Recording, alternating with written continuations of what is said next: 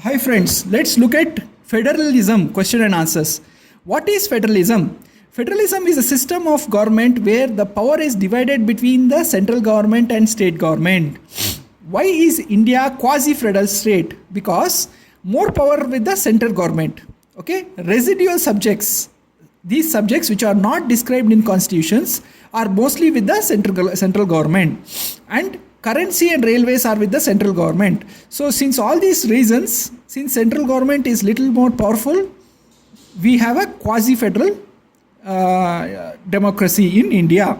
Municipal corporation officers are dash. Answer mayors. Okay, mayors are the municipal corporation officers.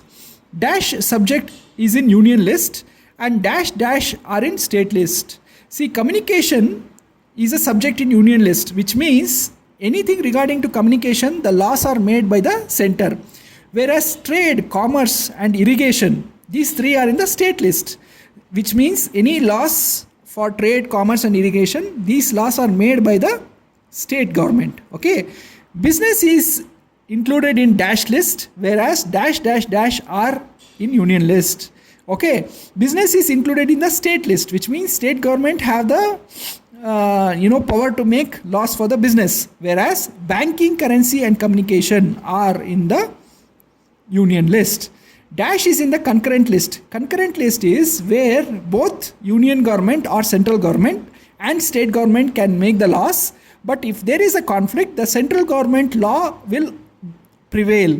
It will override the state government law. Okay, so dash is in the concurrent list. Marriage laws are in the concurrent list. Okay, correct feature of unitary form of government is dash. Okay, what is the feature of unitary form of government? See, the subunits are subordinate to the central government. Okay, federalism is one form of government. This unitary form of government is a different form of government where subunits are subordinate to the central government. Give example of list subject pairs. Okay, so which area belongs to which list? In the union list we have defense. Okay, because defense is a matter of national integrity that is handled by the central government. State list, police. Okay, police is a matter of the state, so state handles it. Concurrent, both central and state, is forest. Okay, forest rules are made by both central and state, but if there is a conflict, central rules prevail. Okay, then let's say you have a subsidiary list. Subsidiary list is where it is not defined in constitution, but generally the center takes care of these subsidiary list items. That is, one example is computer related areas. Type of government in Argentina is dash. It is federal government. Okay, describe features of federal government. One feature is there are two levels of government, one central and state, and they have separate areas of jurisdiction. For example, the central has some power, state has some powers. Okay, now the federal government has a rigid written constitution that cannot be changed easily. State government has its own powers and it's mostly not answerable to central government. So these are the features of federal government. Describe the features of unitary government. See, unitary government is different type of government. It's different from federal government. Unity government has only one level of government, okay, where subunits are subordinate to central government. Okay, constitution is flexible, may or may not be written, and the state subunit has no power. It is ordered by the central government. So unity government, center has all the power. Okay, it dictates what the subunits must do. What is concurrent list? Give examples. Both central government or union government and state government can make laws, but in case of conflict, the central law prevails, overrides the state law. Excuse me. Example, education, forests, trade unions, marriages, adoptions and succession. Okay, so these are the areas which belong to concurrent list. Okay, next question can be asked in two ways. How is sharing of power between the state and central government a basic structure of Constitution of India? Okay, or it can be also asked as how legislative powers are divided. Okay, so in either case, the answer is below. Constitution of India provides quasi-federal threefold distribution of legislative powers. Legislation is who makes the laws.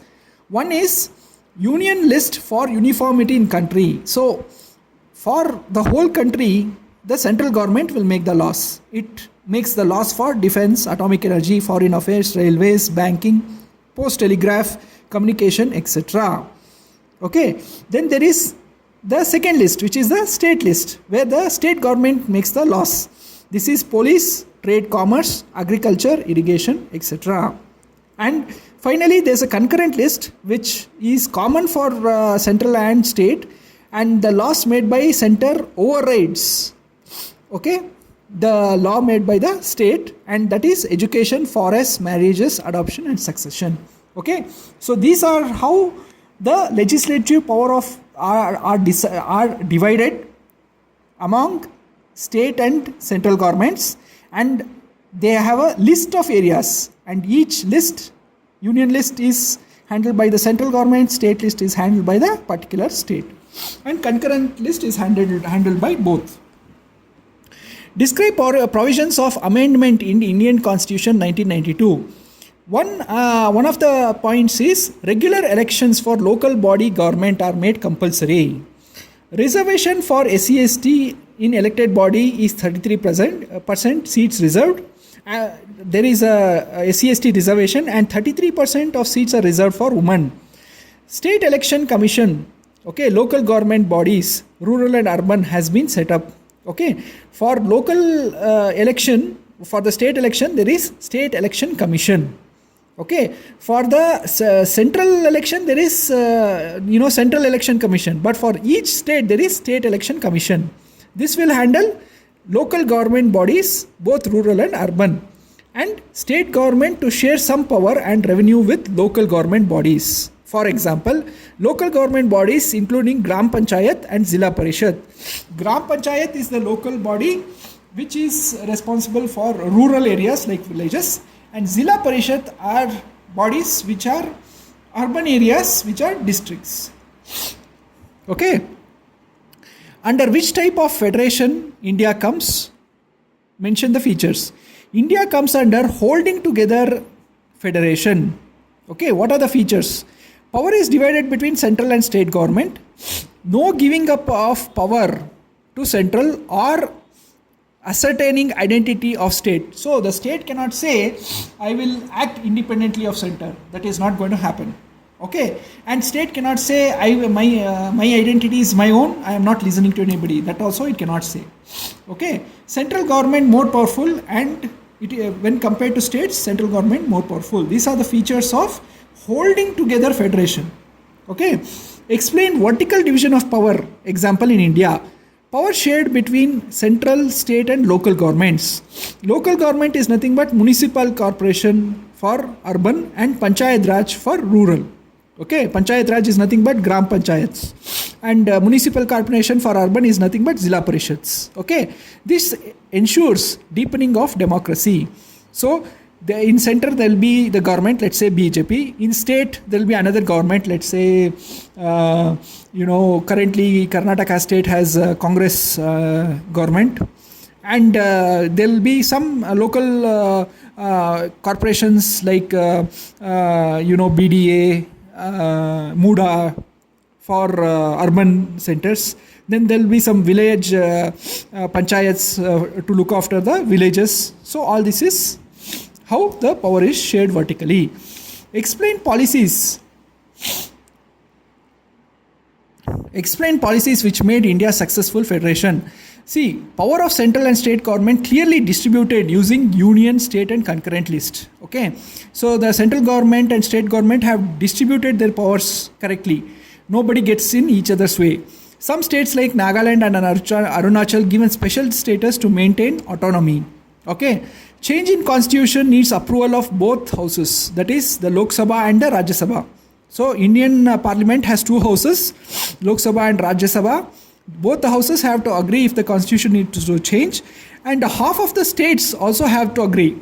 Okay, then the constitution will be changed.